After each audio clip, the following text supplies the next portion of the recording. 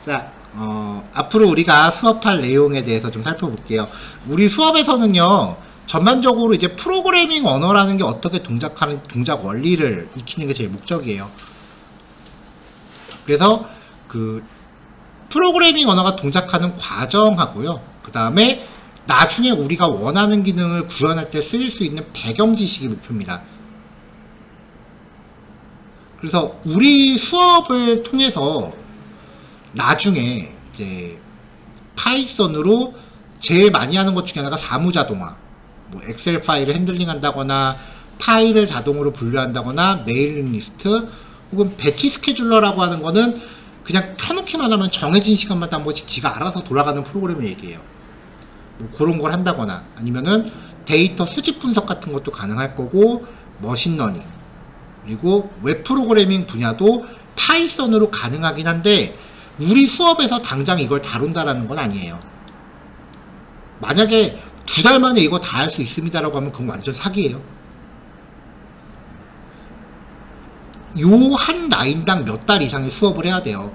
더군다나 데이터 수집 분석 같은 경우는 거의 통계학과 기준으로 최소한 1, 2년치의 커리큘럼을 다뤄야 되는 내용이고요. 머신러닝 같은 경우는 사실 저는 학원에서 머신러닝 수업하는 거 굉장히 회의적이에요.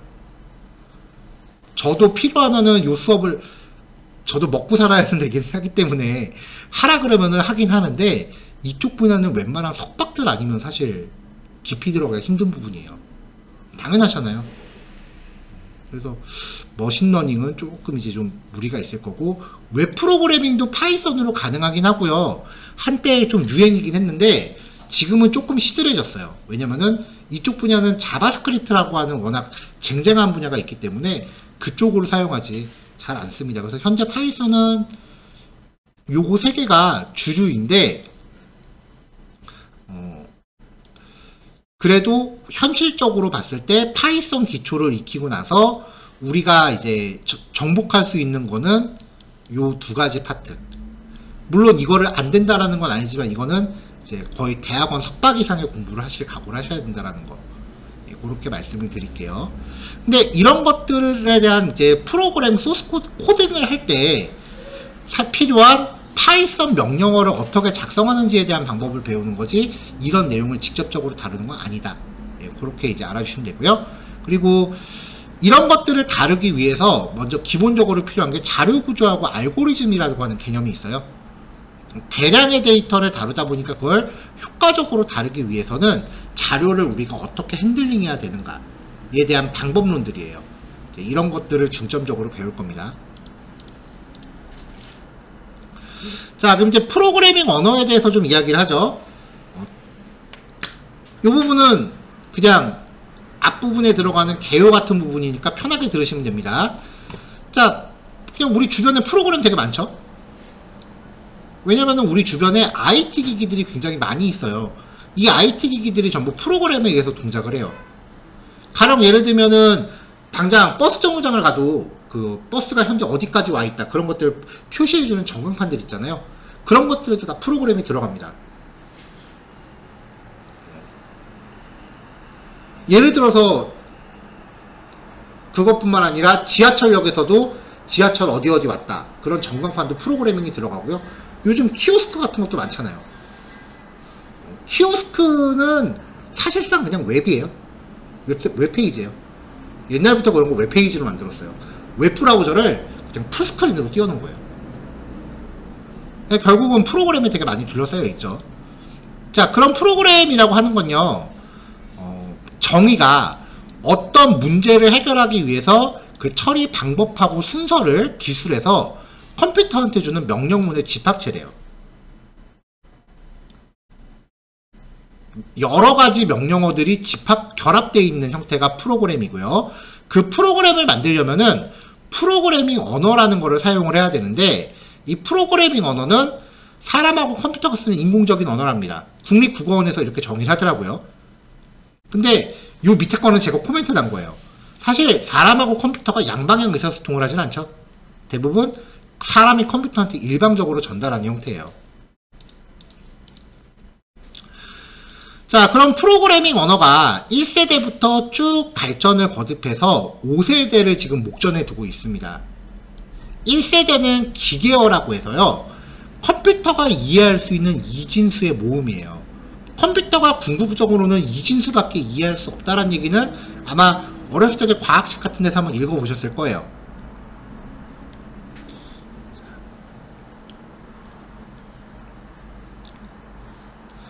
자, 그 기계어는 이제 이진수 형태로 코딩을 하고요.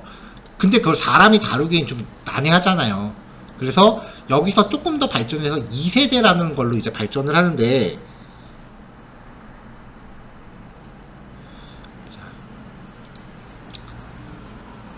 자, 기계어라고 하는 게 이진수라고 했죠. 근데 이진수를 사람이 다루기엔 굉장히 어려우니까 그 이진수를 알파벳 심벌 형태로 바꾼 겁니다.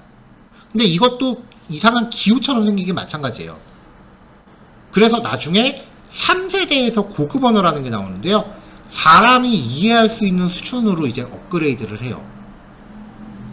쉽진 않습니다. 그 다음에 나온 게 이제 4세대입니다. 우리가 쓰고 있는 프로그래밍 언어 대부분이 4세대 언어고요. 사람이 쓰는 사고방식에 가장 근접하대요. 그리고 나서 이제 현재까지 그렇게 완벽하게 존재하진 않아요. 개념적으로만 존재하는데 조만간 현실화가 될 것 같아요. 초고급 언어라고 해서 이제 5세대가 나왔는데, 이 5세대는 인공지능 원리를 쓰는 시스템을 위해서 제한된 개념이에요. 좀 더 깊게 들어갈게요. 빨리빨리 넘어갈게요. 자, 1세대 프로그래밍 언어, 기계어. 이진수의 모음을 기계어라고 하는데요, 이렇게 생겼어요. OMR 카드 같은 거에다가요, 구멍을 뚫으면은 1, 구멍을 안 뚫으면 0으로 인식해요. 이거를 컴퓨터한테 읽어드리면 컴퓨터가 이대로 실행을 해요. 이걸 천공 카드라고 합니다. 저도 이거 본 적 없어요. 태어나기 훨씬 옛날 거고요. 여기서 발전된 게 이제 어셈블리어라고 합니다. 자, 기계어를 알파벳 심벌 형태로 나온 형태라서 잘 보시면은 이게 16진수로 거의 구성되어 있거든요. 이것도 여전히 어려워요. 그래서 3세대 프로그래밍 언어 이후에는 쓰이질 않고 있어요. 근데 예전에 제가 들었을 때 미국 고등학교는 아직 이걸 다루는 학교들이 있대요.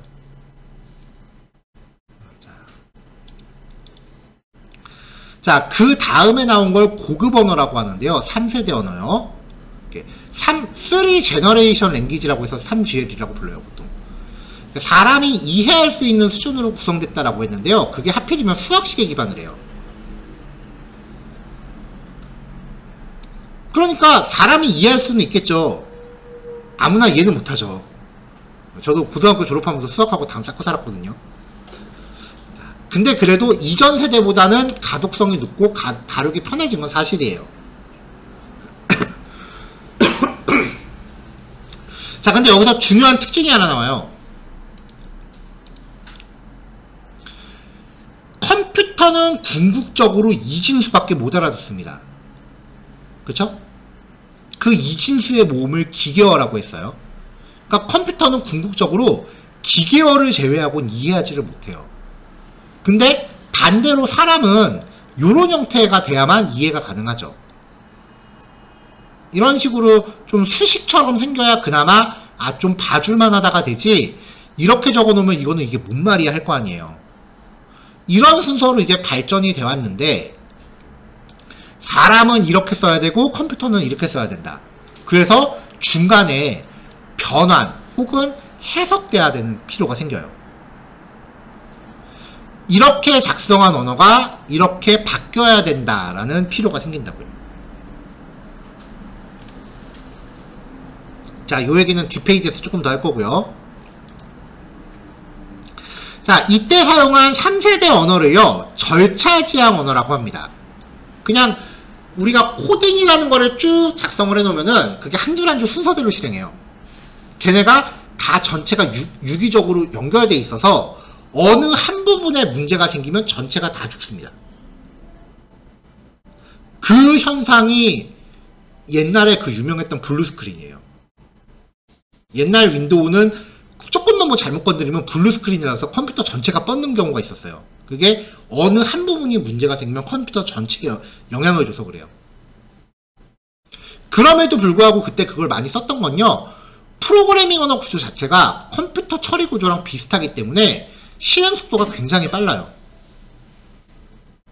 우리가 지금 쓰는 것보다 실행 속도가 훨씬 빠르고요. 그리고 그 컴퓨터 처리 구조랑 비슷하다는 장점 때문에 고사양의 하드웨어를 필요로 하지도 않아요. 대표적인 언어로는 C라고 하는 언어가 있습니다. 전공하신 분들은 아마 아실 거예요, 뭔지.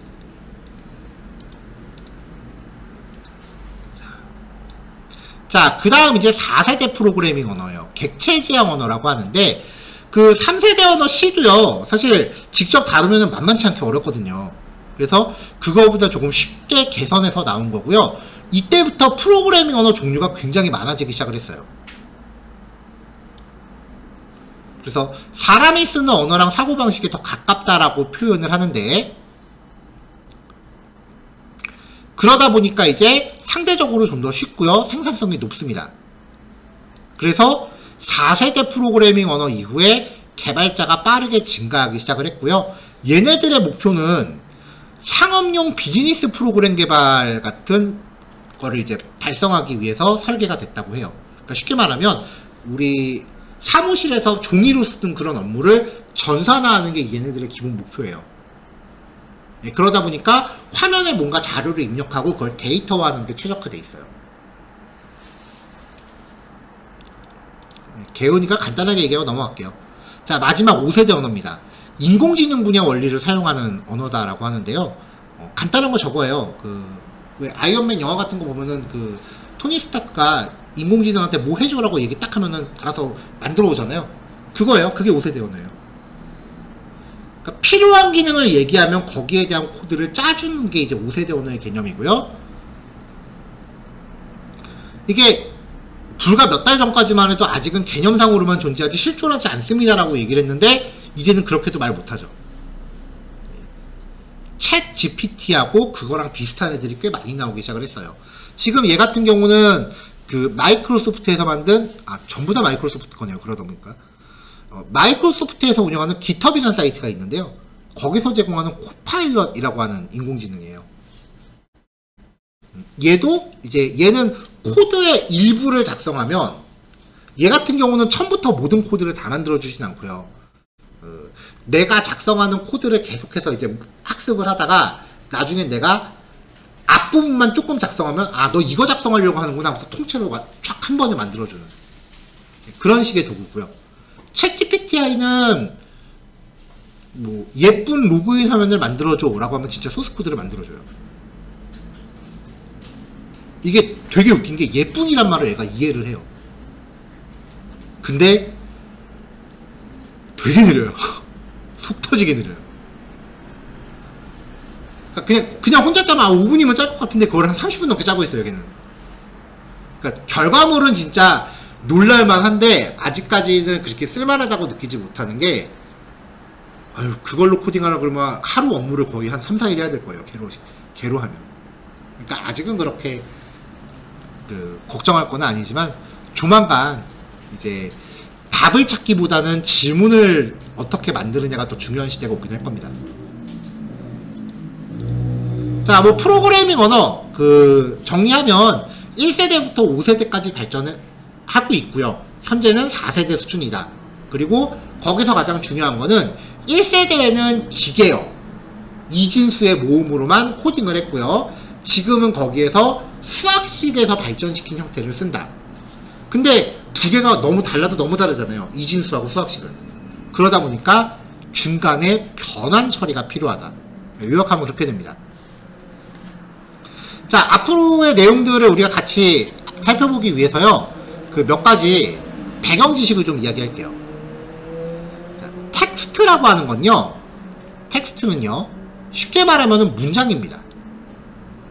정확하게는 문장보다 더 큰 문법 단위라고 표현을 하는데, 문장보다 더 크면 사실 문단이죠. 그래서 한 덩어리의 글을 텍스트라고 불러요. 그 다음에 파일, 어떤 프로그램에서 쓰이는 사용되는 데이터의 집합 혹은 사용자가 만든 어떤 문서예요. 그 다음에 파일 확장자라는 게 있습니다. 이 파일 확장자는 파일의 종류 혹은 목적을 나타내기 위해서 파일 이름 바로 뒤에 추가되는 짧은 문자열이에요. 그래서 파일 이름이 있으면 그 뒤에 점 찍고서 거의 영어 단어 3개로 이루어집니다. 반드시 3개인 건 아니에요. 영어 3글자 뭐 이런 식으로 이루어지는데 이게 파일의 종류를 뜻해요. JPG는 이미지 파일이고요. MP4는 동영상 파일을 뜻해요. 텍스트하고 파일이라고 하는 개념을 결합하면 한 덩어리의 글이 작성되어 있는 데이터의 집합이라는 개념이 되겠죠. 그거를 텍스트 파일이라고 합니다. 앞으로 우리가 굉장히 많이 다룰 형식이고요. 텍스트 파일의 확장자는 txt입니다. 자, 마지막으로요.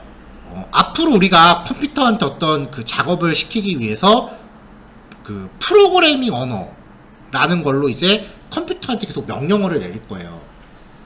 그 명령을 저장하고 있는 텍스트 파일을 소스 코드 혹은 소스 파일이라고 합니다.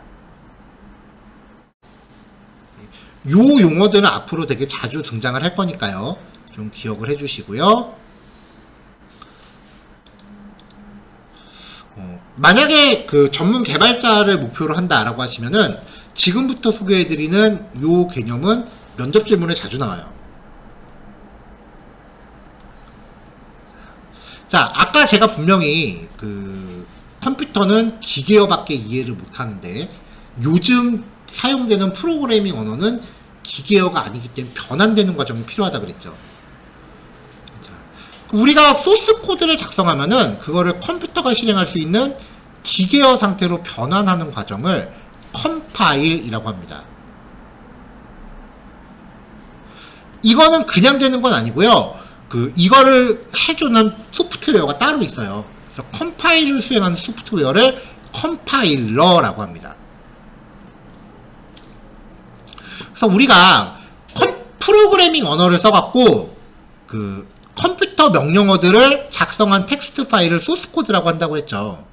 근데 이거는 우리가 일반적으로 파일을 더블 클릭하면 프로그램이 실행되잖아요.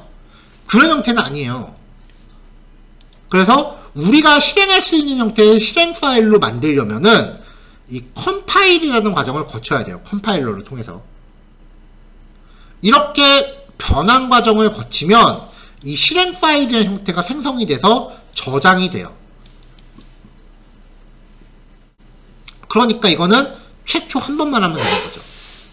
만약 만든 프로그램에 문제가 있다, 에러가 있다라고 하면은 컴파일은 계속 다시 하긴 해야 돼요. 하지만 이렇게 컴파일이 완성되고 나면은 그 다음부터는 실행 파일을 더블 클릭하는 것만으로 매번 이렇게 실행이 가능합니다. 그러니까 딱 자르면은 여기까지 왼쪽에 있는 이 부분은 개발자가 하는 거고 이쪽 오른쪽은 일반 사용자가 하는 거겠죠. 근데 이게 말이 좋아서 최초 한 번이지 사실 이게 좀 많이 귀찮아요. 프로그래머한테는. 왜냐면은 여러분들 윈도우용 프로그램 다운받을 때 32비트, 64비트 나눠져 있는 거 종종 보시죠. 그리고 윈도우에서 동작하는 프로그램도요. 윈도우 7용, 8용, 그 다음에 10용, 11용 윈도우마다 좀 다른 경우도 있고요. 심한 경우에는 CPU 따라 달라지는 경우도 있어요. 인텔 CPU, AMD CPU 뭐 이런 식으로요. 그러니까 이 컴파일이라고 하는 게 컴퓨터의 종류를 생각하면은 꽤 많이 해요. 보통 한 9번 이상은 해야 돼요. 그래서 실행 파일이라는 것도 9개 이상이 만들어져요. 일반 사용자들은 자기한테 맞는 버전 다운받아서 그냥 실행하면 되지만 개발자 입장에서는 은근히 손이 많이 가는 작업이에요. 소프트웨어의 발전은요, 절대 유저 친화적이지 않습니다. 개발자 편하자고 하는 겁니다. 이 파일 형식의 언어가 이제 불편하니까 다른 방식이 나오는데요. 그 방식을 인터프리터 방식이라고 합니다. 인터프리터는요, 컴파일 과정 없이 바로 실행해요. 대신에 실행 형태로 해석할 수 있는 해석기는 필요합니다. 이 해석기가 각각의 컴퓨터에 깔려 있다면 소스 코드는 컴파일 과정 없이 매번 바로 실행할 수 있습니다. 이게 무슨 말이냐면은 이 소스 코드를 워드로 작성한 이력서 파일이라고 생각하세요. 그러면은 그 파일을 보려면 MS 워드를 컴퓨터에 깔아야 되죠. 근데 MS 워드도 버전이 여러 가지가 있잖아요. 그거 자기한테 맞는 거 깔죠.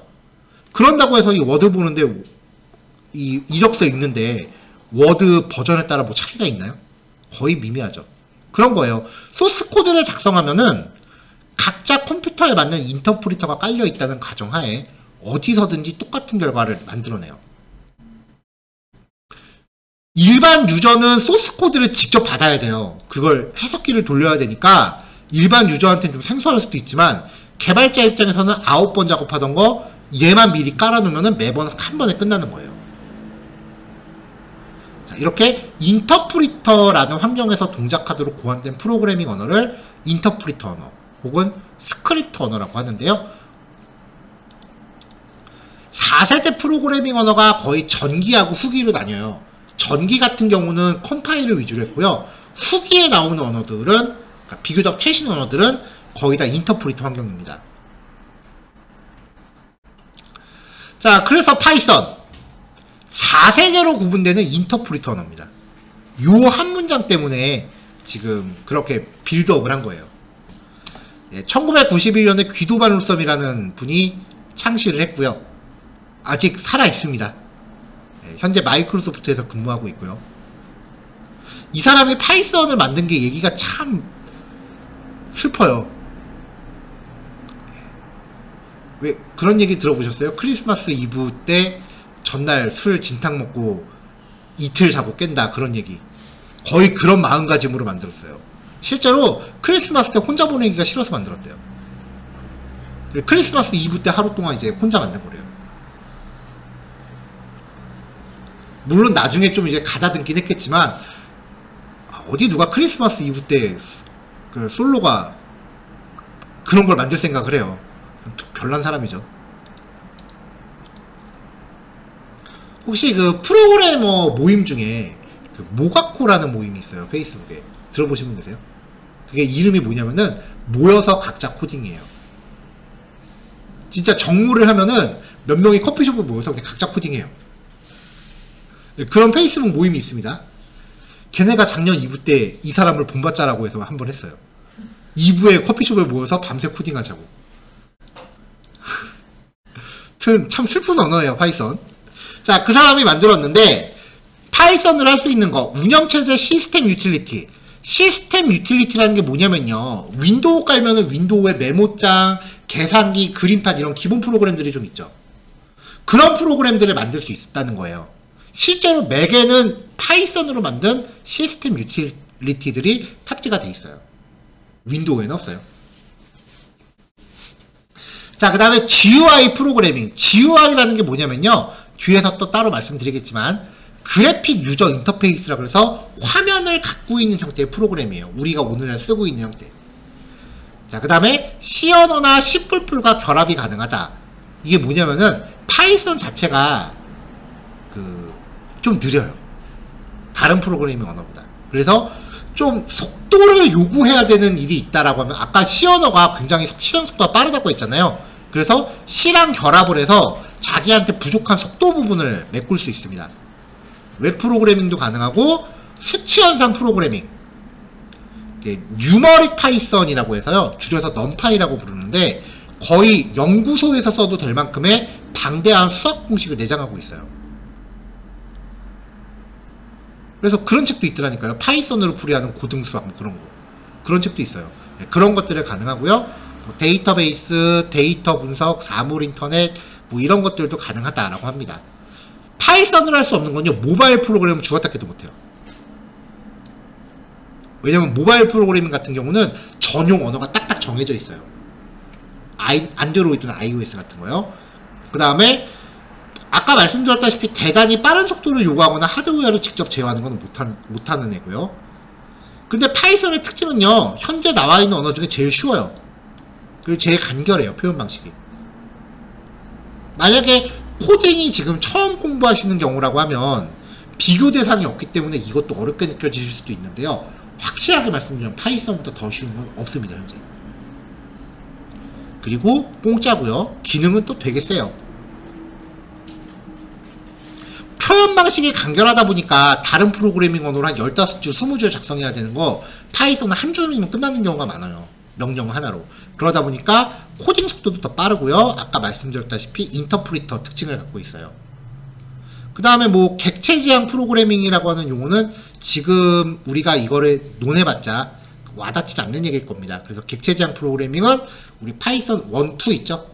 2 딱 들어가자마자 첫 단원부터 객체 지향에 대해서 다룰 겁니다. 뭐 나머지 내용도 공부하면서 천천히 익히시면 될 것 같아요. 자, 마지막으로 Life is too short, you need Python. 얘가 한 말이에요. 이 아저씨가. 그러니까 파이썬이 삶이 되게 짧다. 그러니까 다른 것도 해야지 코딩에만 시간 낭비할 필요 없다. 그러니까 당신은 파이썬이 필요하다. 그만큼 빠르게 할 수 있다는 걸 강조한 문장이라고 합니다. 자, 근데 의외로 모든 프로그래밍 언어가 그 자체로 할 수 있는 건 별로 없어요. 프로그래밍 언어에 일종의 확장 팩들을 계속 붙여요. 모든 프로그래밍 언어가요. 그걸 라이브러리라고 하는데요. 되게 있어 보이게 얘기하면은 공통으로 사용될 수 있는 특정 기능을 모듈화한 것. 모듈이라는 게 조립식을 뜻해요. 퍼즐 같은 거. 그러니까 이 말을 줄여서 얘기하면 그냥 확장팩이라고 기억하시면 됩니다. 그게 더군다나 인터넷에서 누구나 내려봐서 쓸 수 있는 오픈소스. 인터넷에 다 돌아다닌다는 얘기예요. 그래서 굉장히 많은 것들이 있는데 파이썬은 특히 이런 형태로 배포되는 게 굉장히 많아요. 그리고 2023년 1월 기준으로요. 여기가 타이오베라고 하는 사이트인데 매년 전 세계에서 제일 많이 쓰이는 프로그래밍 언어 순위를 매겨요. 근데 2023년 1월 기준으로 전 세계 1위입니다. 현재 파이썬의 활용도가. 2022년에 1위였는데 2023년 1월에 또 1위 했어요. 다른 애들은 자기들끼리 순위가 좀 엎치락뒤치락 하고 있는데 파이썬만은 2년 연속 1위를 기록하고 있어요. 그만큼 많이 쓰인다는 거겠죠.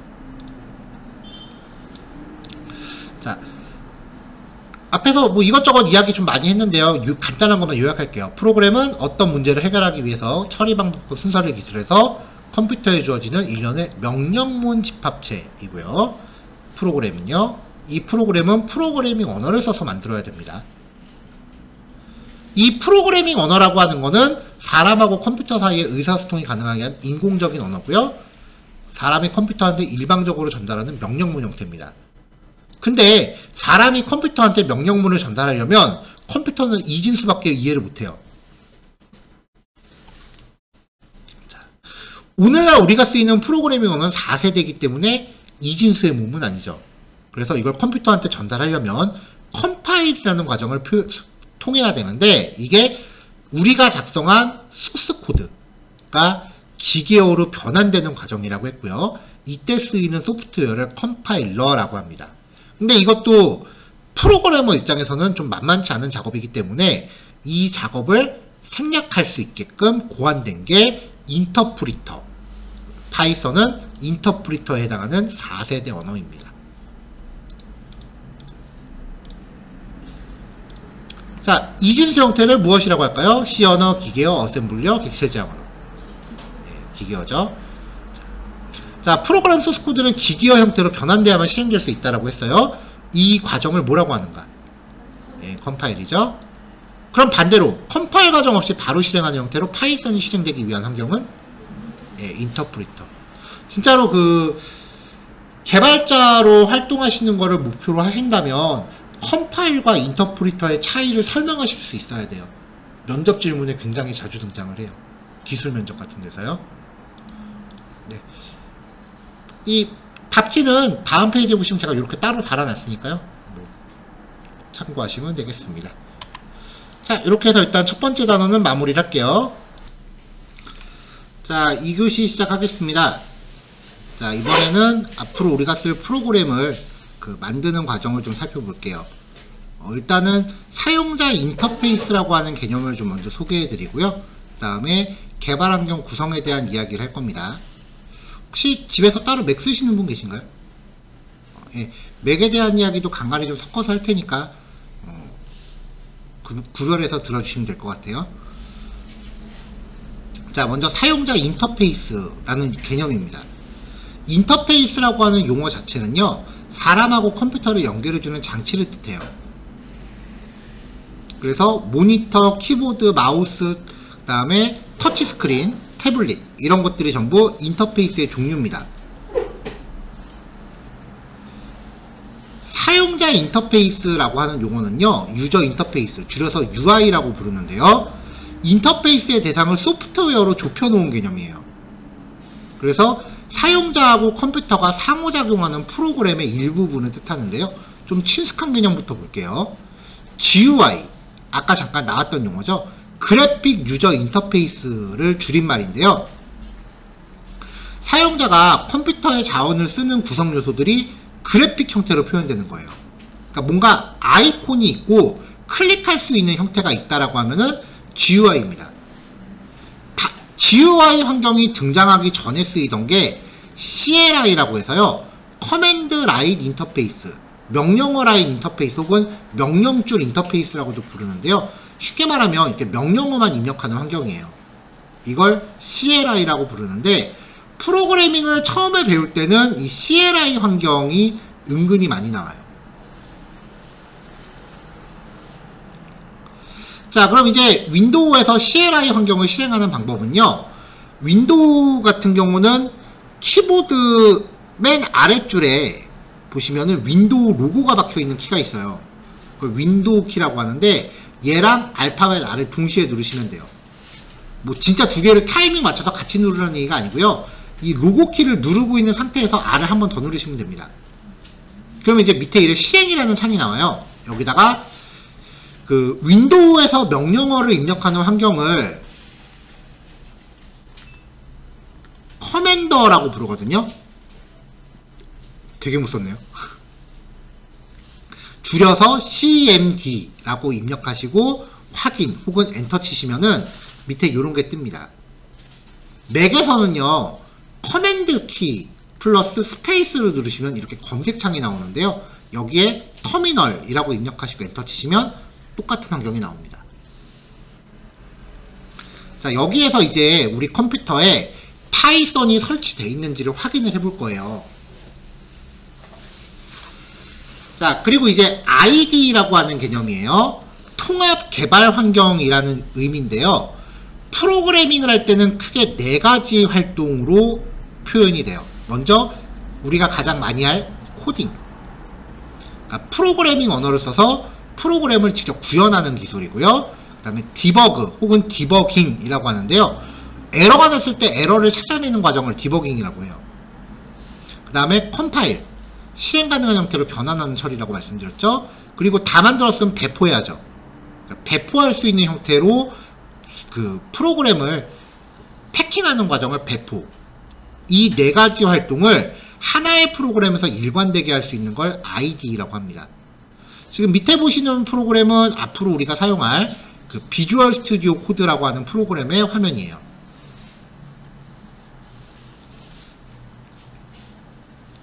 자, 그 다음에 이제 파일 확장자하고 텍스트 파일, 아까도 읽으실 때 나왔던 개념인데요, 파일 확장자는 파일의 종류를 의미하는 영단어라고 말씀드렸죠. 파일 이름이 있으면은 뒤에 점 찍고서 그 파일의 종류를 의미하는 단어들이 이렇게 붙어 있습니다. 이거에 따라서 파일 종류를 우리가 식별할 수 있어요. 근데 윈도우하고 맥은 기본적으로 이 확장자를 노출하진 않아요. 그래서 프로그래밍을 하려면은 파일 확장자를 노출하도록 운영체제 설정을 바꿔야 됩니다. 자, 그 다음 텍스트 파일, 텍스트가 저장된 문서 파일이고 txt 확장자를 갖는다. 이것도 아까 했었던 얘기죠. 자, 그 다음에 이제 소스 코드. 코딩 활동의 결과물이에요. 여러분들이 만드실 파일이 이런 거예요. 고급 언어로 작성된 프로그램 명령문이 저장되어 있는 텍스트 파일이에요. 근데 아까 텍스트 파일의 확장자가 txt라고 말씀드렸죠. 모든 프로그램의 소스 코드는요, 이 텍스트 파일을 이름 바꾸기 위해서 고유한 확장자를 갖도록 바꿔주는 거예요. 이름을. 이 확장자는 프로그래밍 언어에 따라서 각각 정해져 있고요. 그러니까 소스 코드는 텍스트 파일의 확장자를 프로그래밍 언어에 맞게 변경한 겁니다. 대단한 거 아니에요. 이 텍스트 파일이라고 하는 건 쉽게 말하면 윈도우에 메모장이라는 프로그램이 있어요. 기본적으로 있는 거. 그걸로 작성한 파일이 텍스트 파일입니다. 그러니까 결국은 메모장으로 작성한 파일의 확장자를 강제로 바꾸면 그게 소스 코드예요. 근데 메모장 같은 경우는 하얀 배경에 까만 글씨밖에 안 나오잖아요. 예, 이게 지금 메모장 실행한 거거든요. 여기서 파이썬 명령어를 입력하고 저장하면 돼요. 근데 여기는 하얀 거는 배경이고 까만 건 글씨라서 알아보기가 좀 힘들다고요.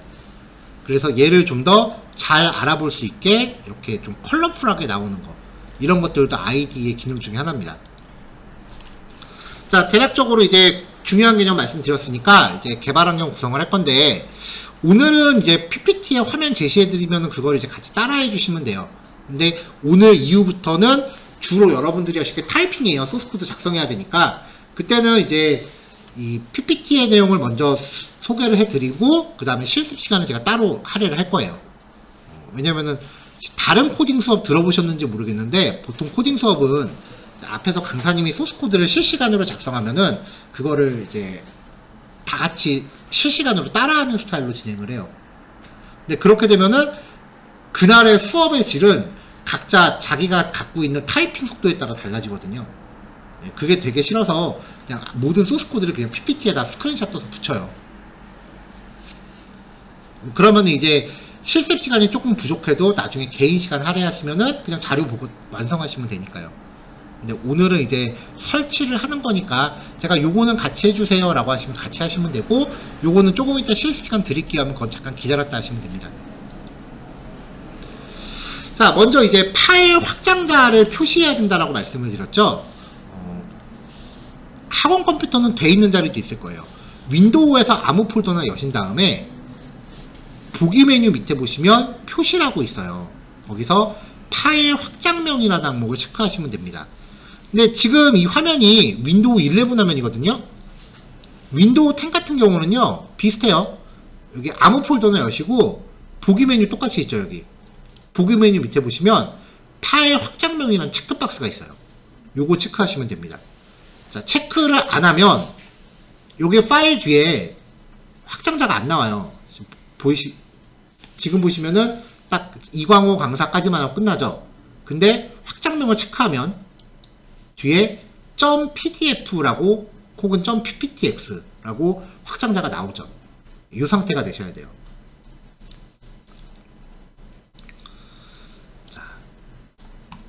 자, 윈도우 10 같은 경우는 이렇게 생겼고요. 조금 전에 확인했죠.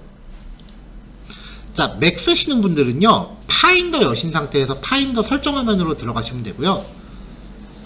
이 파인더 설정 화면에서 고급으로 넘어가셔서 모든 파일 확장자 보기 체크하시면 됩니다. 그 밖에 나머지 체크들은 제가 해놓고 있는 세팅 그냥 보여드린 거예요. 그러니까 요것도 이대로 이제 같이 맞춰서 세팅하시면 조금 더 이제 개발 친화적인 환경이 되실 겁니다. 자, 그럼 이제 파이썬 설치 여부를 확인할게요. 사용하시는 자리에 따라서 파이썬이 설치되어 있는 자리가 있고요, 설치가 안 되어 있는 자리가 있어요. 그걸 확인하려면 일단은 아까 명령 프롬프트 여는 거 말씀드렸죠. 요거 여신 상태에서 파이썬 한 칸 띄고 빼기 2개 버전이라고 입력하시면 됩니다. 파이썬이 설치되어 있으면은 이 뒤에 설치되어 있는 파이썬의 버전이 같이 표시가 됩니다. 근데 파이썬이 설치되어 있지 않은 경우는 대표적인 게 파이썬은 실행할 수 있는 프로그램이 아닙니다 라는 내용의 에러 메시지가 나와요. 근데 윈도우 11이나 10 최신 버전은요, 설치가 되어 있지 않은 경우 그냥 파이썬이라고 영문 단어만 표시돼요. 이것도 설치 안 돼 있는 거예요. 반드시 뒤에 버전을 의미하는 숫자가 같이 표기가 돼야 됩니다. 설치가 돼 있으신 분들은 이 이후 과정에 어느 정도를 안 하셔도 돼요. 오늘 자리 뽑기 성공하신 거예요.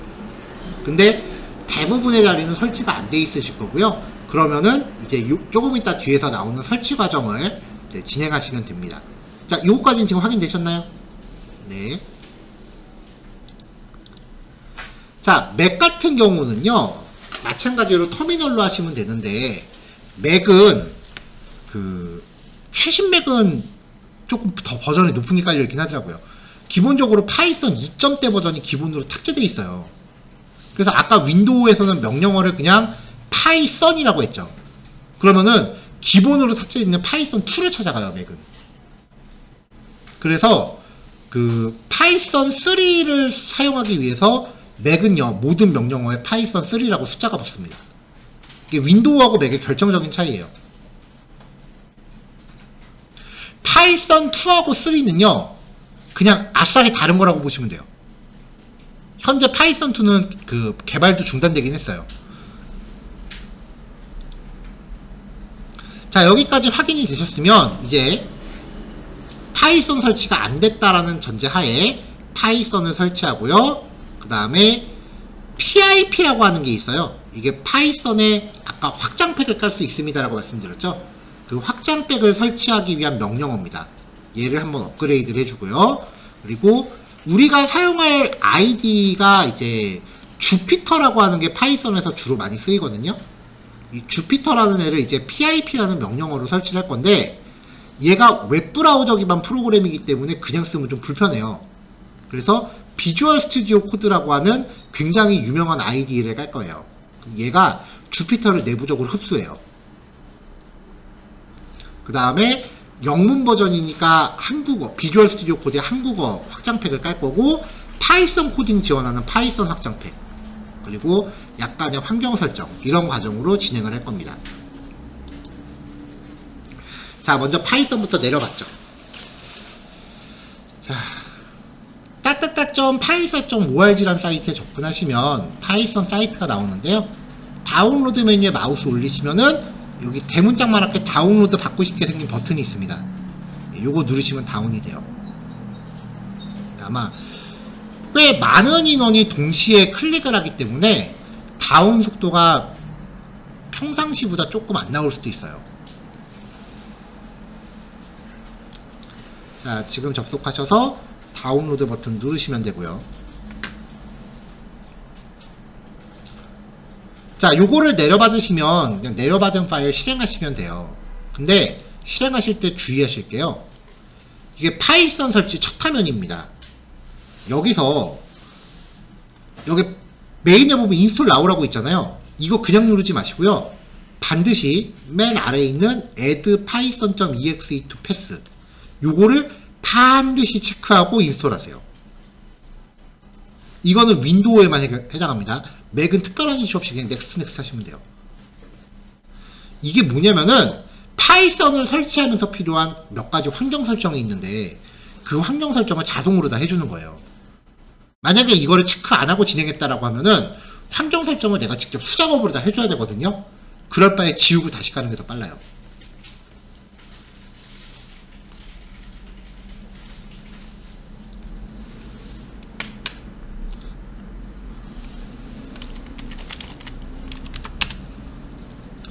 자, 지금 저도 파이썬 사이트에 접속을 했는데요.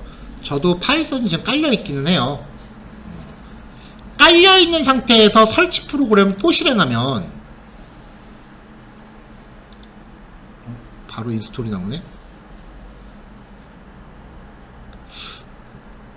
한번 깔아볼게요.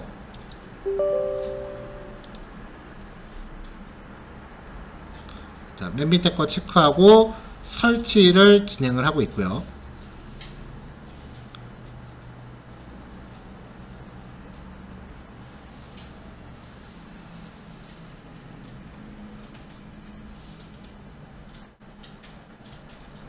자, 3.11.2 버전을 깔고 있습니다.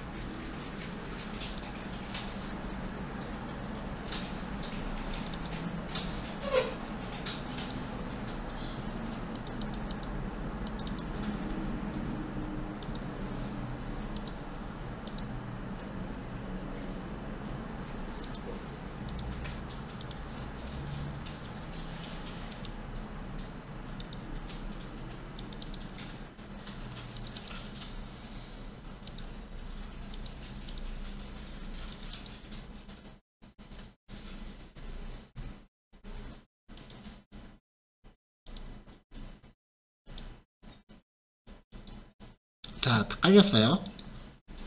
자, 이렇게 깔려있는 상태에서 물론 파이썬을 삭제하는 데 여러가지 방법이 있겠지만 설치 프로그램을 또 실행하면 설치되어 있는 상태에서는 이렇게 나와요. 여기서 어닝스톨 선택하시면 삭제가 돼요.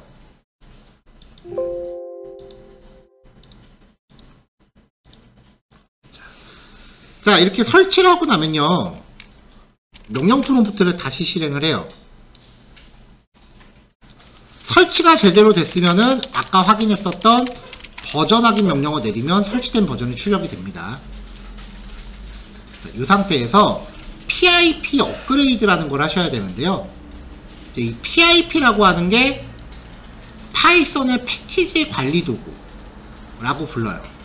그 패키지에 설치, 업그레이드, 삭제 기능을 수행하는 명령어인데, 패키지라고 하는 거는 파이썬에 추가할 수 있는 확장팩으로 이해하시면 됩니다.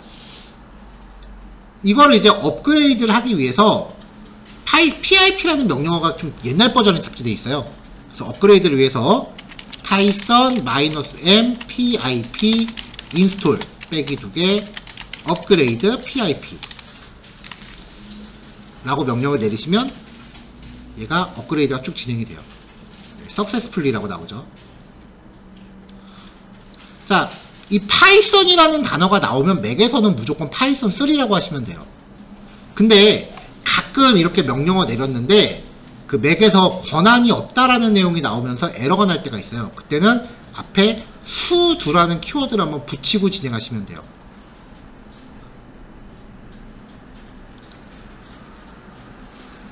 자, 그 다음에 이제 주피터라고 하는 걸 깔 겁니다. 이 주피터라고 하는 게요, 웹브라우저 기반에서 동작하는 파이썬 ID예요. 이렇게 생겼어요.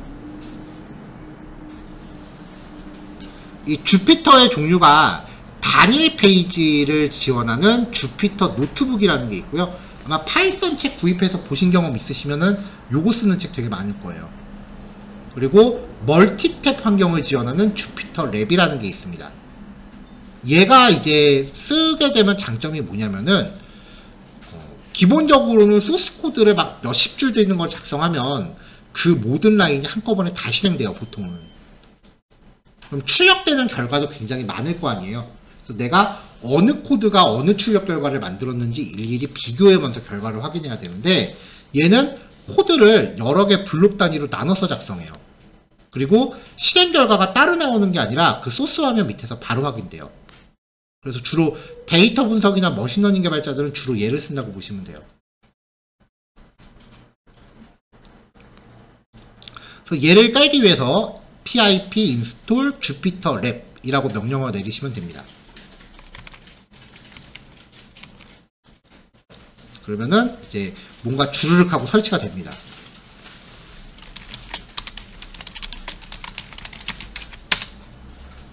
이렇게 뭔가 주르륵 하면서 설치가 돼요.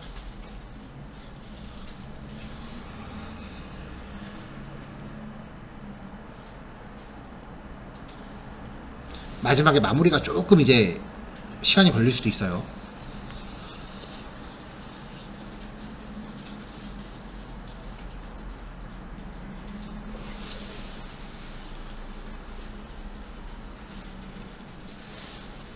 자, 다 됐고요.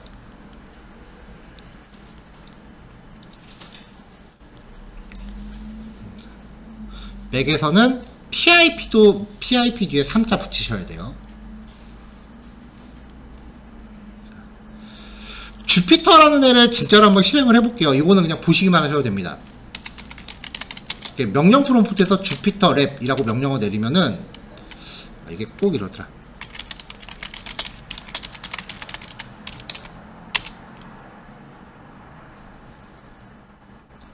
이렇게 하면서 이제 웹브라우저가 떠요. 웹브라우저 화면에서 실행되는 프로그램이에요. 이렇게 생겼어요. 그래서 여기 파이썬이라는 걸 선택하면은 이렇게 블록이 생기고, 여기다가 이제 파이썬 명령어를 내리고 실행을 시키면은 밑에 결과가 바로 뜨는 이런 형태예요. 글자가 좀 작아서 잘 안 보이실 수도 있는데요. 근데 아무래도 얘가 웹 기반이다 보니까 그래도 이 전문적인 ID보다 약간 좀 5% 부족해요. 2%도 아니고 5% 부족해요. 많이 부족해요, 기능이. 그럼에도 불구하고 여기 결과가 바로 뜨고 코드를 블록 단위로 나눠서 쓸 수 있다는 게 굉장히 장점이거든요. 왜냐면 나중에 가면 소스가 막 1시간에 100줄 넘게도 코딩을 해야 되는데 그거를 한꺼번에 다 실행한다 그러면은 내용을 우리가 파악하기가 쉽지가 않아요. 그래서 이 주피터를 쓰는데 좀 전에 말씀드렸다시피 이 그냥 실행하기에는 좀 부담이 됩니다. 그래서 비주얼 스튜디오 코드란을 깔 거예요. 마이크로소프트에서 배포하는 무료 아이디인데요. 얘가 현존하는 프로그래밍어는 거의 다 지원해요. 그래서 아이디 중에 인기가 제일 높아요. 그리고 수많은 익스텐션, 비주얼 스튜디오라는 녀석도요. 얘 자체가 굉장히 확장팩이 많아요.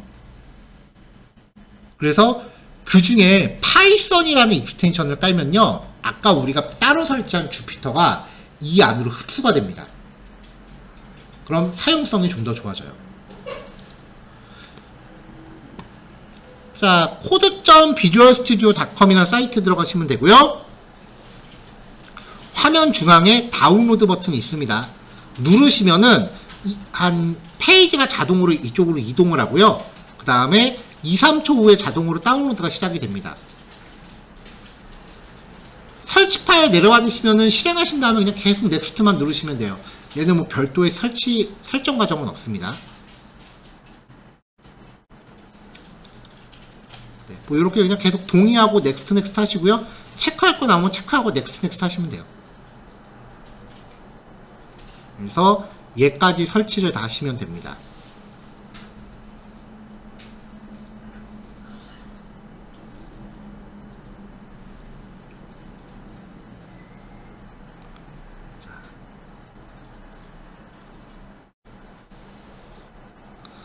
다운로드 받는데 걸리는 시간, 그 다음에 설치에 걸리는 시간이 조금 있으실 테니까 잠깐 기다릴게요. 마지막에 설치 끝나고 이렇게 종료하시고 나면요, 이렇게 까만 화면이 뜰 텐데요. 어떤 자리는 이 비주얼 스튜디오가 이미 깔려 있으실 수도 있어요. 파이썬이 깔려 있는 자리면은 깔려 있다고 보시면 되고요. 지금 여기 두 번째 라인에 여기 두 분은 깔려 있으실 거예요, 아마. 그리고 여기 요 라인에 맨 뒤에 앉으신 분도 깔려 있으실 거고요. 왜냐면 주말에 거기도 파이썬 수업 들으시는 분들이 계셔서.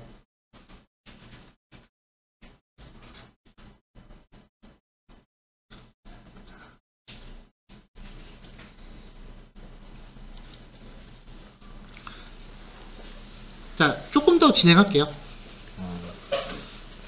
그래도 설치 쪽은 제가 스크린샷을 좀 열심히 찍어놔서 아마 나중에 스크린샷 보시고도 충분히 따라오실 수 있을 거예요. 설치를 딱 하고 나서 실행하면요, 잠시 후에 오른쪽 밑에 이렇게 한글판으로 바꾸겠습니까? 라고 메시지가 떠요. 근데 그거 놓치셔도 여기 왼쪽에서 퍼즐 모양의 아이콘, 이게 익스텐션 화면이에요. 여기서 코리안이라고 검색하시면 한국어 랭귀지 팩이라는 게 있는데요. 얘를 인스톨 누르시면 되고요. 인스톨 끝나면 그 언어를 바꾸기 위해서 프로그램 재시작해야 된다는 내용의 메시지 창이 우측 하단에 뜹니다. 여기서 맨 밑에 있는 체인지 랭귀지 리스타트, 이거 누르시면은 재시작되면서 얘가 한글판으로 바뀌어요. 자, 다시 한번 익스텐션 화면으로 들어가신 다음에요, 파이썬이라고 검색하면은 되게 많이 나와요. 딴 거 다 무시하시고 개발자가 마이크로소프트로 되어 있는 항목 하나만 설치하시면 돼요. 얘가 일종의 통합팩이기 때문에 이거 하나를 깔면은 필요한 항목들이 몇 가지가 그룹으로 한꺼번에 깔려요. 그리고 쓰다가 또 추가적으로 필요한 게 있다라고 하면 얘 지가 알아서 내려받아서 깔게끔 돼 있어요. 그러니까 다른 건 다 무시하시고 이 마이크로소프트에서 만든 파이썬 요거 하나만 까시면 되고요. 얘는 설치하시면 재시작할 필요 없습니다. 자, 마지막으로 비주얼 스튜디오 환경 설정인데요. 여기 맨 마지막에 있는 아이콘이 환경 설정 아이콘이에요. 요거 누른 다음에 설정 메뉴 누르시면은 환경 설정이 나오는데, 딴 거는 뭐 지금 당장 설정하실 필요는 없고요. 글자 크기가 기본적으로 좀 작아요. 그래서 폰트 사이즈라고 하는 거를 일단은 16 정도로 맞추신 다음에 나중에 개인 취향에 따라서 늘리고 줄이고 하시면 돼요.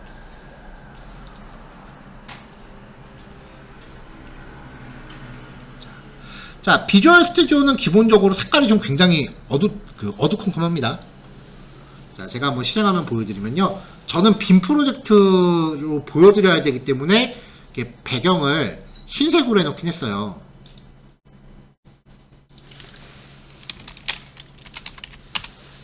네. 지금 요 상태거든요.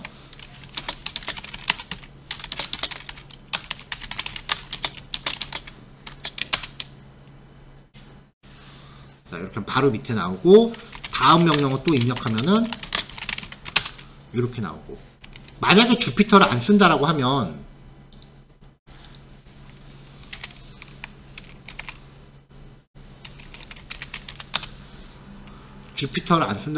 이렇게 블록 단위로 실행하는 게 아니라 이 모든 내용을 블록 없이 하나의 파일에다가 이렇게 작성을 하고 실행 버튼 눌렀을 때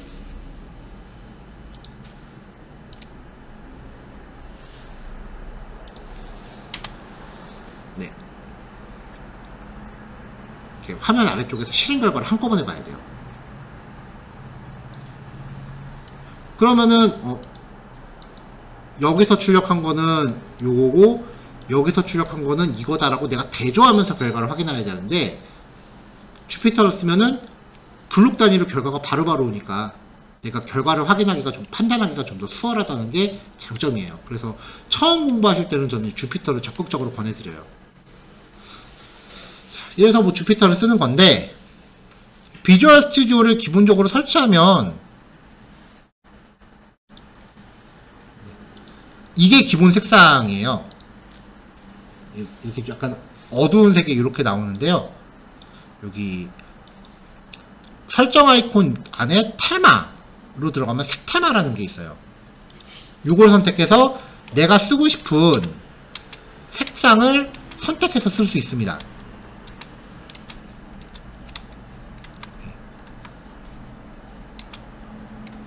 자, 이렇게 할 수 있는데, 저는 평상시에 이렇게 해놓고 써요. 색깔 테마를.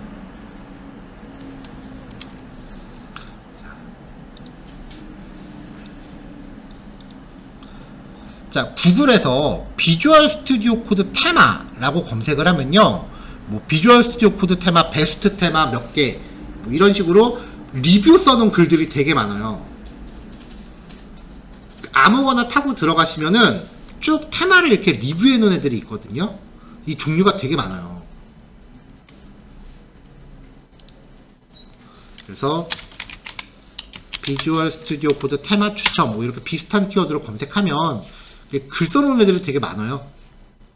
뭐 프로그래머와 개발자를 위한 20가지 최고의 VS 코드 테마 뭐 이렇게 보면은 대강 색상 나오고 테마 이름 나오고, 이 페이지는 보니까 외국 사이트 강제 번역한 거네요. 좀 아닌 것 같아서. 자, 머터리얼 원 다크 프로 이렇게 생겼대요. 얘는 몇 개 추천 안 했네요. 이게 좀 많네요.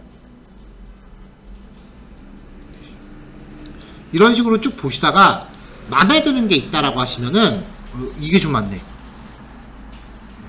마음에 드는 게 있다라고 하면 그 테마 이름을 비주얼 스튜디오에서 검색을 하세요. 익스텐션에서. 그래서 설치하시면 이런 식으로 테마를 선택할 수 있게 나올 거예요. 다음 화면에서. 만약에 이후에 다른 테마로 바꾸겠다라고 하시면 설정 메뉴 밑에 테마에서 색 테마 선택하시면은 설치되어 있는 테마들 중에 내가 바꿔서 쓸 수 있어요. 그래서 여러 개 깔아놓고 그날 기분에 따라 바꿔서 쓰시면 됩니다. 자, 요게 기본인데 테마를 깔면은 색상이 이렇게 바뀐다. 뭐 이거고요. 어떤 분들은 기본 테마가 내 취향이라고 계속 이거 쓰시는 분들도 계시고요. 뭐 딴 걸로 바꿔서 쓰시는 분도 충분히 계시고요. 자, 마지막으로 하나만 더 요거까지 말씀드리고 실습 시간 좀 할애할게요. 자, 여기 보면 옆에 그 파일 목록 옆에 아이콘들이 다 이렇게 꺽쇠 괄호처럼 되어 있거든요. 그리고 보시면은 파일 확장자는 다 다른데 파일 아이콘은 따로 표시가 안 돼요.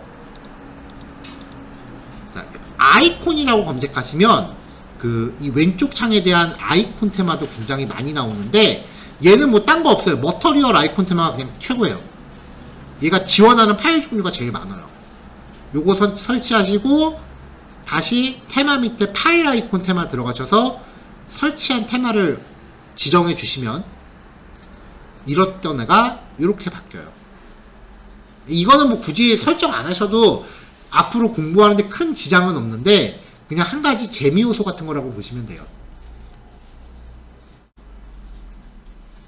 자, 해서 지금 아마 비주얼 스튜디오 코드 설치하는 데서부터 각자 개인별로 속도 차이가 좀 나시기 시작하셨을 거예요. 어떤 분은 다 설치하신 분도 계시겠지만 지금 44분인데 제가 9시까지 그 실습할 시간으로 할애할게요. 15분 정도 나머지 설치를 이제 진행해 보시면 되겠습니다. 자, 그러면은 9시까지 진행하시고요. 10분 쉬셨다가 9시 10분에 요 PPT 마무리하고 다음 내용 넘어갈게요. 자, 실습이 끝났으면요. 단원 체크하고 다음 단원으로 넘어갈게요.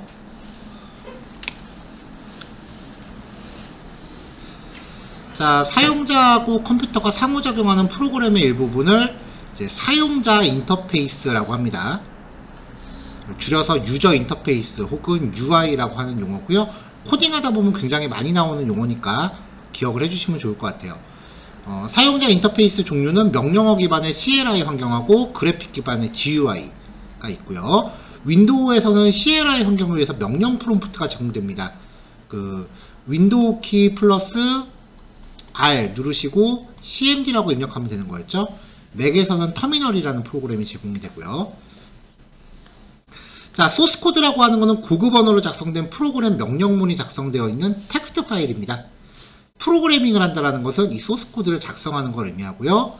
그 다음에 파이썬 프로그래밍을 위해서는 사용 중인 운영체제에 맞는 인터프리터, 이게 우리가 아까 파이썬 사이트에서 다운받은 거예요. 그리고 ID를 설치해야 됩니다. 비주얼 스튜디오 코드는 주피터 환경을 내부적으로 실행해서 좀 더 편한 환경을 제공해주는 프로그램이다. 뭐 이렇게 보시면 되고요. 자, 좀 전에 본 용어들 체크해볼까요? 컴퓨터가 상호작용하기 위한 프로그램의 일부분. 도스, 유저 인터페이스, 콘솔, 데스크탑. 유저 인터페이스죠. 자, 코딩, 디버그, 컴파일, 배포. 이게 프로그래밍의 4가지 활동이라고 했죠. 이걸 모든 작업을 하나의 프로그램에서 처리할 수 있는 소프트웨어. 패키지 에디터, 툴, 아이디. 네, 아이디였죠. 자, 파일의 형식이나 종류를 결정하기 위해 파일 이름 뒤에 마침표와 함께 명시하는 영단어는 무엇인가? 네, 확장자였죠. 자, 이렇게 해서 이제 다음으로 넘어갈게요. 자, 다음으로 넘어가기 전에 일단 한번 잠깐 보여드려 볼게요. 요거는 이제 그냥 눈으로 보시면 돼요. 자, 제가 폴더를 하나 만들었어요. 이 폴더에 마우스 우클릭해서 새로 만들기 밑에 텍스트 문서라는 게 있어요. 자, 요거를 선택하면 더블 클릭했을 때 메모장으로 열리는 파일이 있습니다.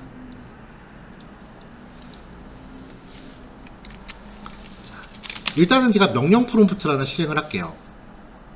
원래 명령 프롬프트가 까만 배경에 흰색 글씨인데 저는 빔 프로젝트 때문에 색깔을 반전시켰어요. 여기서 그냥 파이썬 이라고 입력하면은 이 명령 프롬프트 모드가 파이썬 모드로 바뀌어요.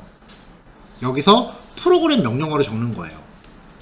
이거는 안 하셔도 돼요. 100이라는 값을 저장하고 있는 A라는 이름의 데이터를 만들고요.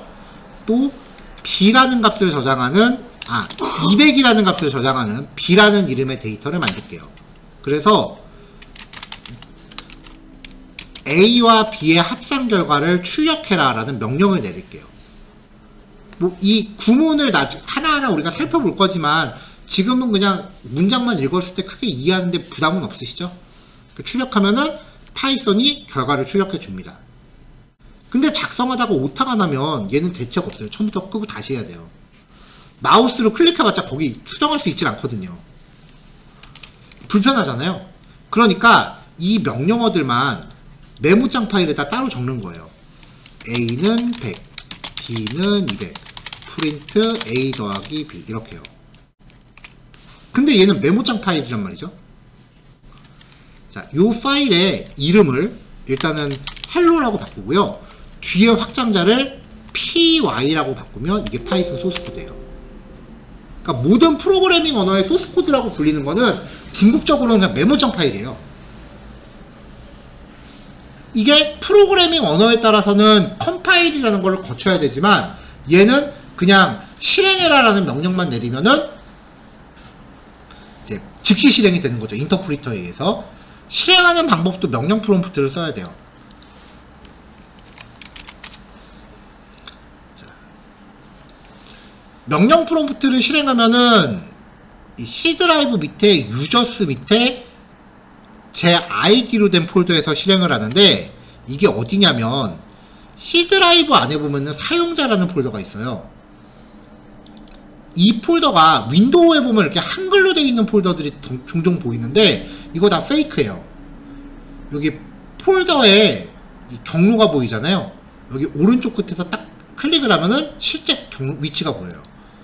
C 밑에 유저스라고 되어 있죠. 이걸 사용자라고 속여서 보여주는 거예요. 실제로 사용자라는 이름의 폴더는 없어요. 이 안에 왜 윈도우 로그인할 때 아이디 선택하고 비밀번호 입력하죠?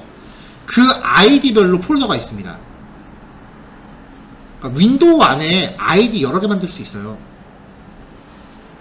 그러면은 그 아이디별로 폴더가 생기는데 여기를 사용자 홈 폴더라고 해요. 각 사용자한테 부여되는 고유한 폴더예요. 다른 사람 폴더에는 못 들어가요. 여기 보면 바탕화면이 있죠. 이 바탕화면 안에 새 폴더라고 제가 아까 만들어놨죠. 이 폴더 이름도 그냥 파이썬이라고 고칠게요. 자, 여기도 오른쪽에서 클릭을 해보면 실제 경로가 보이는데 C 드라이브 밑에 사용자는 유저스고요. 제 아이디 폴더 밑에 바탕화면이라고 한글로 되어 있는데 실제 위치는 데스크탑이에요. 그 안에 파이썬이라는 폴더죠. 이 안에 제가 작성한 소스 파일이 있잖아요. 근데 지금 명령 프롬프트는 여기까지에만 위치에 존재하죠. 그래서 소스 파일이 있는 위치로 이동을 해야 돼요. 그래서 폴더를 다른 이름으로 디렉토리라고 합니다. 그래서 폴더를 바꿔라. 즉 디렉토리를 바꿔라 라고 해서 change 디렉토리 줄여서 cd 한칸 띄고 내가 가고 싶은 폴더의 위치를 입력을 해요. 엔터 치면은 글로 짠 하고 가요. 이 상태에서 요 소스 파일을 실행하기 위해서 파이썬 한 칸 띄고 파일 이름 엔터 치면은 이 안에 작성해 놓은 명령어를 한꺼번에 일괄 실행하는 거예요. 이렇게 실행하는 건데 매번 이렇게 실행하려면 불편하잖아요. 그래서 id라고 하는 걸 쓰는 건데 이 원래 파이썬의 소스 코드는 확장자가 py입니다. 얘를 제가 비주얼 스튜디오로 열어볼게요.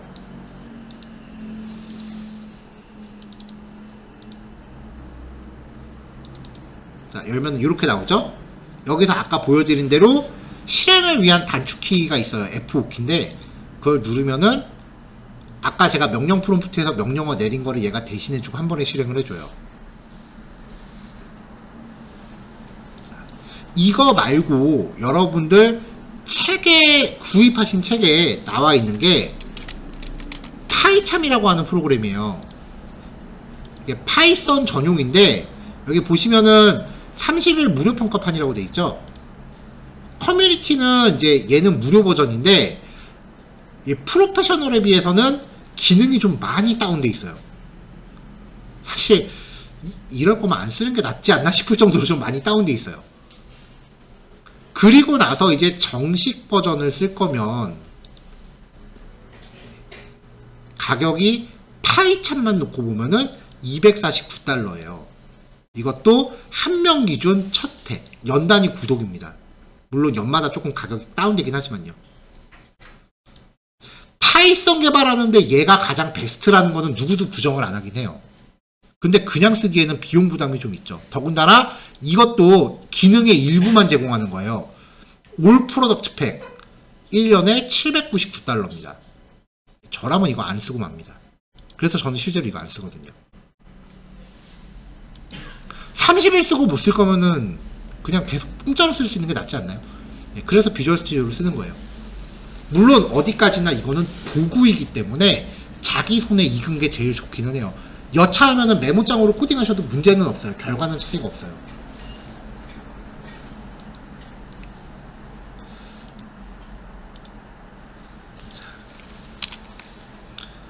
네, 여기 아니고.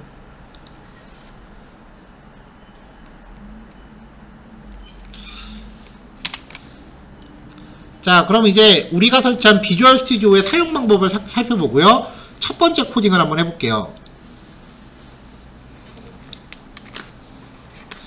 자, 일단은 워크스페이스라고 불릴 폴더를 만드시면 돼요. 이거를 이제 작업 폴더라고 제가 부르기도 할 건데요. 앞으로 여러분들이 실습하신 결과물이 저장될 이미의 폴더입니다. 이거를 이제 아무데나 위치에 만드시면 되고요.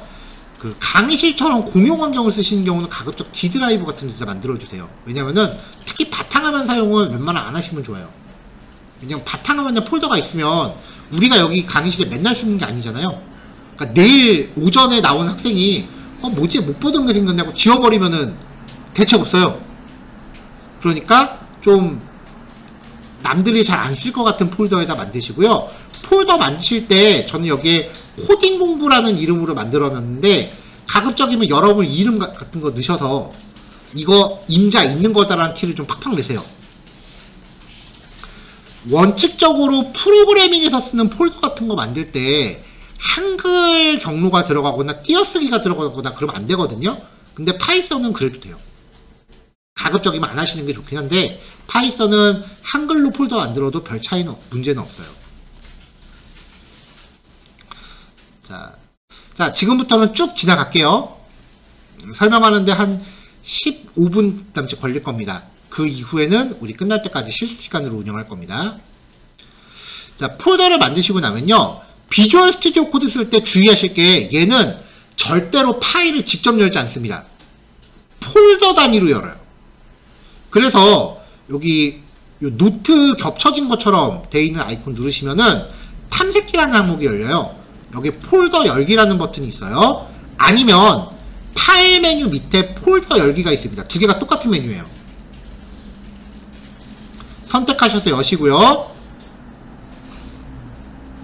폴더를 열면은 파일 메뉴 밑에 새 파일이라는 항목을 선택하시면 뭔가 고르는 게 나올 거예요. 거기서 주피터 노트북이라는 항목을 선택하시면 돼요.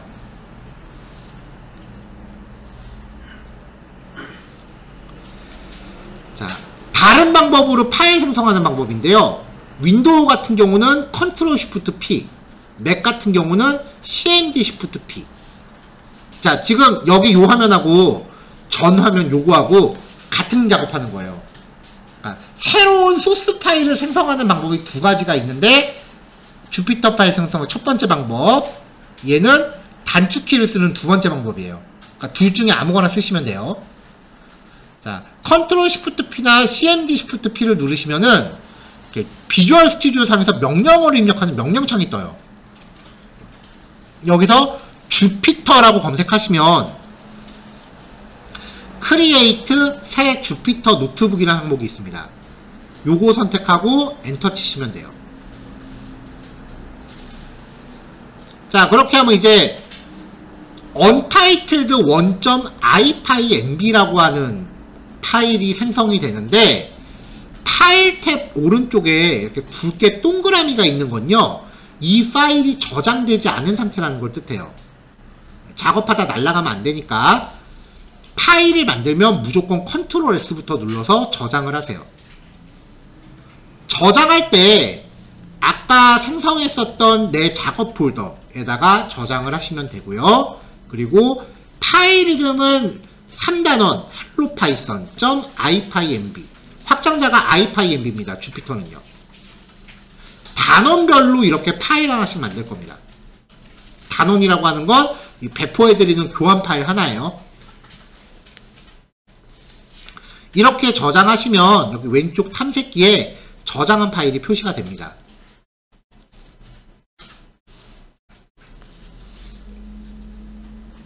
자, 파일이 만들어졌으면 이제 첫 번째 소스 코드 한번 해볼게요.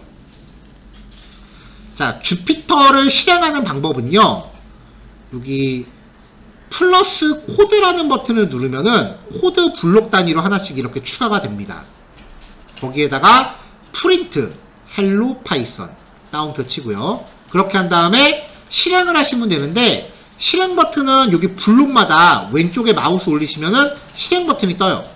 그거 누르시면 실행 결과가 밑으로 나옵니다. 우리 아까 실습했었던 코드 A는 100, B는 200, 프린트 A 더하기 B. 요 괄호 안에 띄어쓰기는 그냥 이뻐 보이라고 한 거니까 별 의미 없어요. 띄어쓰기 안 하셔도 상관없어요. 그 다음에 실행하면은 300이라고 결과가 뜨죠.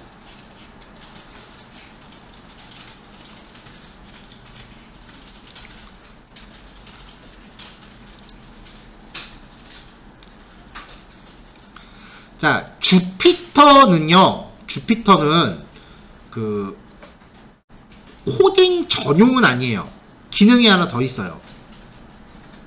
마크다운이라고 하는 블록을 추가해서 소스 코드와 더불어 어떤 내가 내용을 설명하는 그 설명글을 작성할 수 있어요.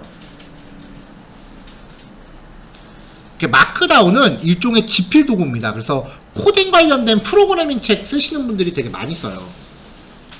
이 마크다운에서 쓸 수 있는 그 표기법들이 여러 가지가 있는데, 앞으로 우리가 쓸 것만 말씀을 드리면은 샵 한 칸 띄고 텍스트 1수준 제목, 샵 2개 텍스트 2수준 제목. 블록의 종류는 여기 오른쪽 하단에 보시면 써 있으니까 이걸로 확인하시면 돼요.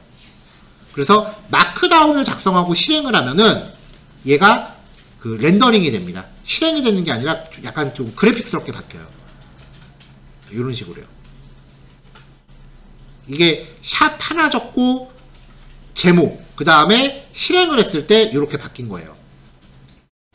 자, 블록의 왼쪽에 마우스를 살짝 올리시면은 이렇게 파란 선이 이렇게 표기가 되는데, 여기를 클릭해서 순서를 드래그 해갖고 바꿀 수 있어요. 블록 순서를.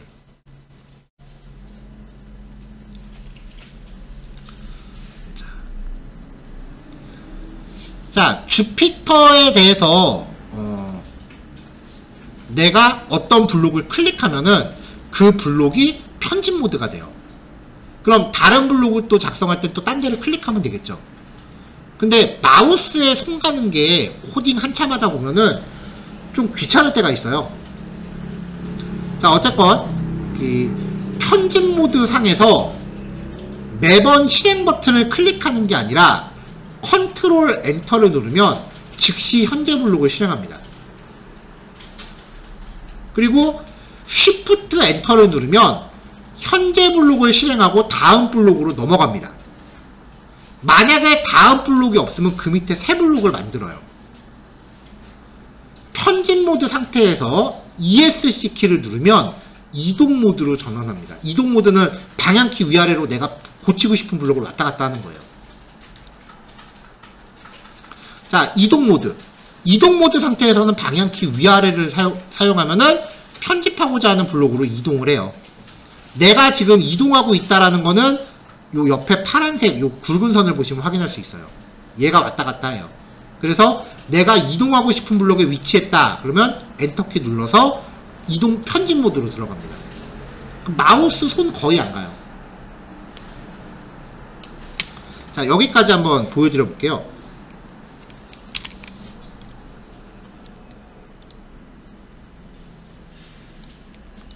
자, 얘는 파이썬 소스 코드고, 자, 컨트롤 쉬프트 P 눌러서 새 주피터 노트북 요거 선택하면 되죠. 색깔을 흰색 계열로 좀 바꿀게요. 자, 이렇게요. 자, 여기에 프린트 헬로 월드라고 하고, 지금 밑에 블록이 없죠. 이 상태에서 컨트롤 엔터를 누르면 여기만 딱 실행하고 멈춰 있어요. 근데 여기서 Shift 엔터를 누르면 밑에 블록이 없죠. 실행하고 밑에 블록을 새로 만들면서 글로 가요. 그러니까 다음 블록을 바로 연달아 코딩할 수 있는 거죠. A는 100, B는 200, 프린트 A 더하기 B 하고서 Shift 엔터 누르면 밑에 블록 만들고. 자, 지금 여기 보면은 여기 파란색으로 테두리 쳐지고 깜빡깜빡하고 있죠. 여기서 ESC 키를 누르면 지금 여기 블록이다라는 걸 이렇게 표시가 되고 있는데 테두리는 없어졌잖아요. 이게 이동 모드예요. 이 상태로 방향키를 위아래로 이동하면은 이렇게 움직여요. 여기서 내가 고치고 싶은 블록으로 멈춰놓고 엔터 땅 치면은 거기서 편집하는 거예요. 그리고 ESC 누르면 다시 이동 모드로 빠져요. 엔터 수정 ESC 엔터 입력 ESC 이런 식으로요.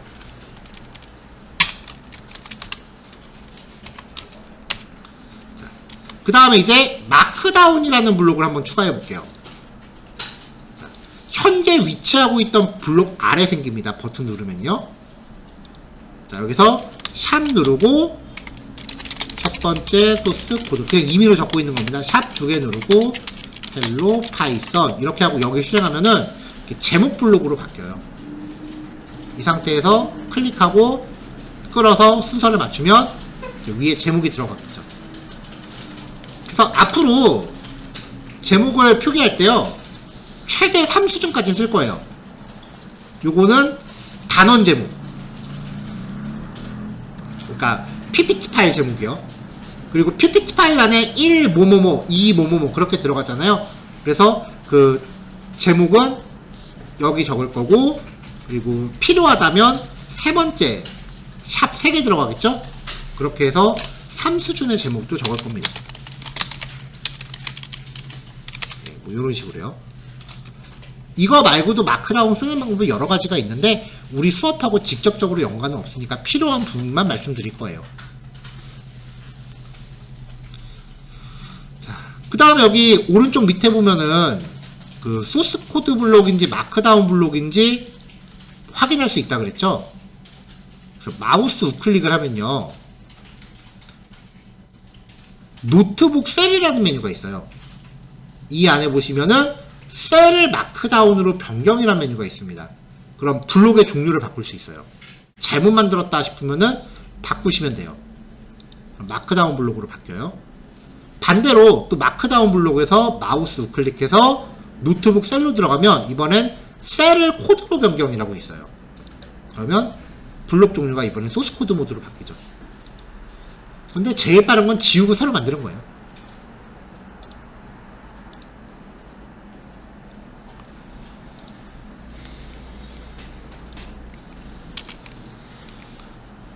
자, 다음 페이지가 그거예요. 블록에서 마우스 우클릭해서 노트북 셀 밑에 셀을 마크다운으로 변경. 근데 마우스 메뉴 누르는 것도 좀 귀찮다라고 하시면요 그냥 알파벳 M 누르시면 마크다운 블록으로 바뀌어요. 이동 모드일 때 키보드 M 누르시면 바뀌고요. 그 다음에 코드 블록으로 바꾸는 것도 이동 모드일 때 Y 누르면 바뀝니다.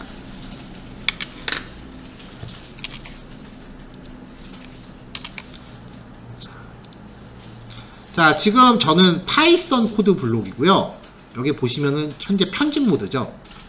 ESC 누르고 알파벳 M을 누르면 마크다운 블록으로 바뀌어요. 다시 엔터 치고 또 제목 입력하고 실행하면 되죠.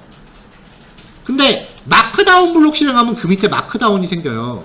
나는 소스 입력하고 싶은데 그럼 ESC 누르고 Y 누르시면은 코드 블록으로 바뀌어요. 이렇게 하면은 마우스에 손이 가는 거를 최소화할 수 있어요. 마우스 쓰는 게 은근히 생산성 저하에 영향을 많이 줘요. 자, 주피터 사용법은 한 번에 익숙해지기는 힘드실 거예요. 그러니까 앞으로 실습을 통해서 여러 번 쓰면서 좀 익숙해지셔야 돼요. 외우는 게 아닙니다. 익숙해지는 겁니다. 자, 그 다음에요. 주성문이라는 게 있습니다. 코멘트라고 부르는데요. 프로그램 소스코드 안에 개발자 필요에 따라 명시하는 설명문이에요. 주성문은 실행할 때 제외됩니다. 그래서 아까 A는 100 이렇게 코딩했잖아요. 주석을 쓰기 위해서는 문장 앞에 샵을 붙이면 되거든요. 아까 마크다운에서의 샵은 제목을 만드는 거였는데 코드 블록에서의 샵은 설명을 다는 용도예요. 그러니까 멀쩡한 소스 코드 앞에 샵을 붙이면은 얘가 주석으로 인식되니까 실행할 때 제외되겠죠. 자, 그래서 오늘 실습 예제 전체 코드입니다. 첫 번째는 마크다운 블록이에요. 헬로 월드라고 제목 달고요. 그 다음에 소스 코드 블록에서는 샵을 달면은 이렇게 주석으로 들어가요. 프린트는 괄호 안에 있는 메시지를 출력하는 명령어입니다. 원래 이름은 함수라고 불러야 되는데 오늘은 그냥 명령어라고만 표현할게요. 100을 의미하는 A라는 데이터 만드시면 돼요. 샵 이후의 내용을 주석으로 인식하기 때문에 여기다 넣으면은 요 한 줄 전체를 주석으로 인식하고요. 여기다 넣으면은 앞에 거는 소스 코드, 뒤에는 주석이에요.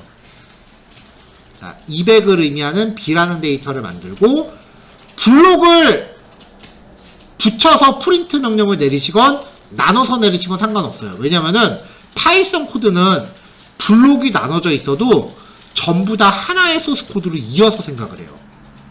그러니까 앞에서 만든 내용이 다음 블록에서도 이어집니다. 그래서 앞에서 만든 A와 B를 합산해서 출력하면 되겠죠. 자, 비주얼 스튜디오 코드는 주피터 환경을 내부적으로 실행해서 좀 더 편리한 개발 경험을 제공하는 프로그램이고요. 프린트, 오늘은 요거 기억하셔야 돼요. 괄호 안의 내용을 출력하는 파이썬 명령어입니다. 명령어라는 표현은 임시 표현이에요. 나중에 얘를 뭐라고 부르는지 정식으로 정리를 할 거예요. 그리고 주석문은 프로그램 소스 코드 안에 개발자의 필요에 따라 명시하는 일종의 설명문입니다. 자, 비주얼 스튜디오 코드 사용 방법 앞에 스크린샷으로도 넣었는데요. 여기에 요약 정리 하나 넣어놨으니까 실행할 때 요거 실습하신 후에 얘도 한번 읽어보세요. 요건 제가 아까 직접 보여드리기도 했으니까 읽지는 않을게요. 자, 파라미터로 전달된 메시지를 출력하는 명령은 output 메시지 show 프린트. 예, 프린트죠. 눈에 익은 거 고르시면 되죠.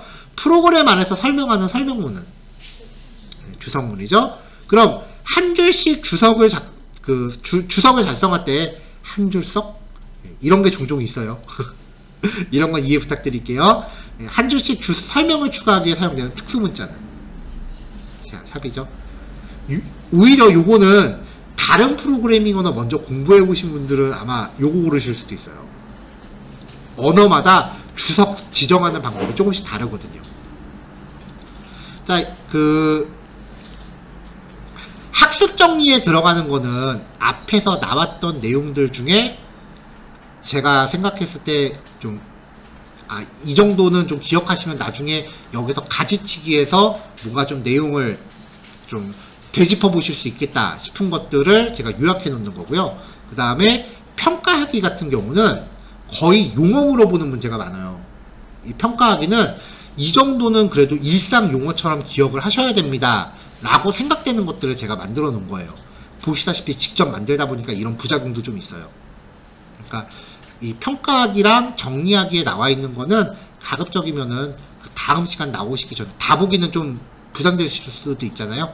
그러니까 요거라도 한번 미리 보시고 나오시면 좋을 것 같아요. 자, 요렇게입니다. 실습하기에서 나머지 시간 실습 마무리 하시면 되고요. 다음 시간에는 변수라고 하는 개념부터 한번 소개해 드려 보도록 할게요. 자, 지금 38분이고요. 공식적으로 수업 마치는 시간은 50분으로 할 겁니다. 그래서 남은 시간 실습 진행하시면 되고요. 혹시 실습이 완료되신 분들은 뭐 늦은 시간인데 시간 버틸 필요 있겠어요? 네, 실습이 나는 이 정도면 됐다 싶으시면은 이제 자유롭게 퇴실하셔도 될 것 같아요. 네, 녹화 이제 끌게요. 인사는 미리 드릴게요. 수고하셨습니다.